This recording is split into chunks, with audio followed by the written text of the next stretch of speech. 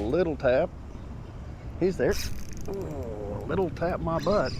He just attacked it strange. That's a nice fish.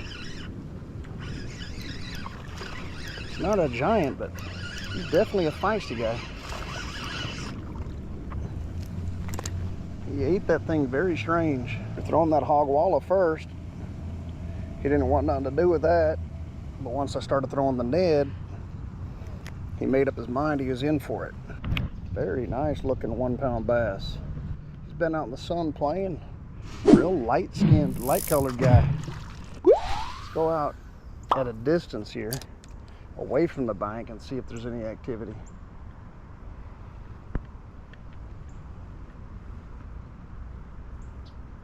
Just a natural fall right there, no action, and we're just gonna pop it a couple of times.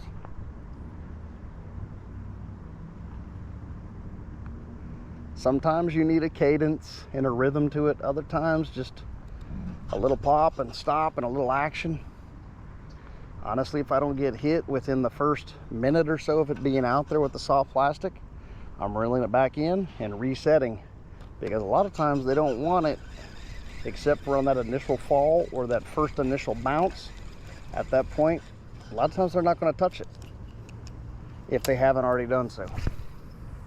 So like here, I'm going to let it fall naturally, let it get down to where I feel it hit the bottom, get myself a little slack, not too much, pop pop. Within that distance in time, I feel like I was going to get hit. I just got hit, as a matter of fact, and if I don't get anything from this point on, I'm going to reel it back in. But I think we might have one on. Yep. That's a nice fish. Felt him grab that, and I was talking to you guys and telling you a story, so I let him mess with it for a little bit. Sometimes you have to do that in order to get them to commit entirely. It's a nice fish here, guys. Go ahead and keep swimming, bud. I'm gonna pull you right up here. He was gonna swim right into that bank and try to break me off. All right, guys, he's about a 2 pounder or so. Very good looking bass. Hey, buddy. Appreciate that bite. There he goes. He's still jumping. Always watch your line, guys. Always be a line watcher. A lot of times in fall, winter, sometimes even spring, depends on how they're feeding, you're not even going to feel the bite. You know what I mean? A lot of times you guys are getting bit and you don't even realize you're getting bit, because they're just grabbing it, hold it in their mouth, and kind of waiting to see what you're going to do.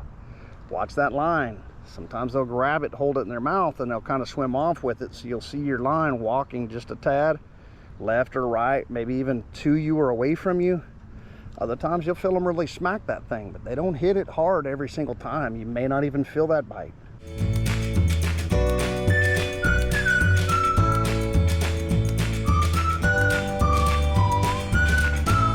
There's one right up underneath that.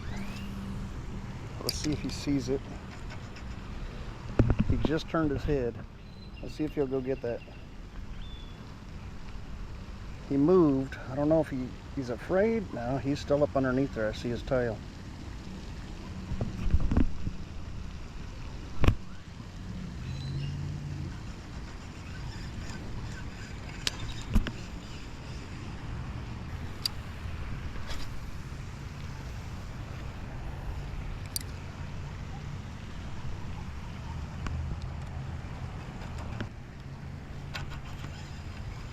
There's one.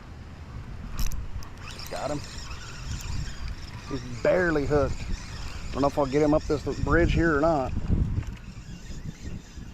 Yep, I did. Little guy. He's just a little 1/4 pounder, guys. Little bitty tiny bass. Look at that guy. Healthy, little tiny guy. Thanks, bud. Alrighty, guys, I don't know what we caught out here. Might have been 3, might have been 4, might have been more. Wind's blowing. I got things I got to do. I only had about 45 minutes out here to fish. Did pretty good. Everything was on the Ned rig, guys. Give that Ned rig a shot out here at Elmendorf Lake, and hopefully you guys get a bite or two as well. Hope you guys learned something. Hope you guys enjoyed yourselves. See you guys on the next one. Aqua out. Bye.